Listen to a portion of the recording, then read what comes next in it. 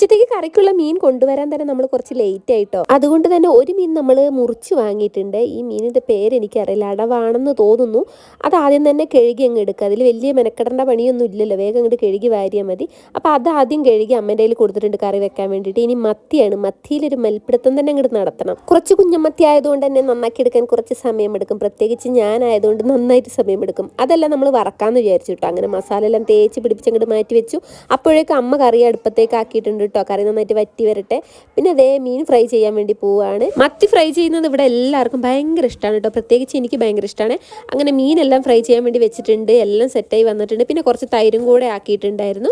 ഒരു ചെറിയ ഇടിച്ചക്ക കിട്ടി, അത് അമ്മ ഉപ്പേരിയാക്കി എടുത്തിട്ടുണ്ട്. അപ്പം നമുക്ക് ചോറിന് മീൻകറിയായി, മീൻ വറുത്തതായി, ഇടിച്ചക്ക ഉപ്പേരിയായി, പിന്നെ തൈരും. ഇനി നന്നായിട്ട് അങ്ങോട്ട് കഴിക്കാം കേട്ടോ. കുഞ്ഞുങ്ങൾക്കെല്ലാം മീൻ വറുത്തത് കൂട്ടിയിട്ട് ചോറ് കൊടുത്തു. ഏട്ടനും ചോറ് കൊടുത്തു, അനിയൻ ചോറ് കഴിക്കുന്നുണ്ട്, അമ്മ ചോറ് കഴിക്കുന്നുണ്ട്, ഞാനും കഴിച്ചുകൊണ്ടിരിക്കുകയാണ്. ഇന്നത്തെ വീഡിയോ വിശേഷം ഇത്രയുള്ളൂ. പുതിയൊരു വീഡിയോ ആയിട്ട് കാണാം.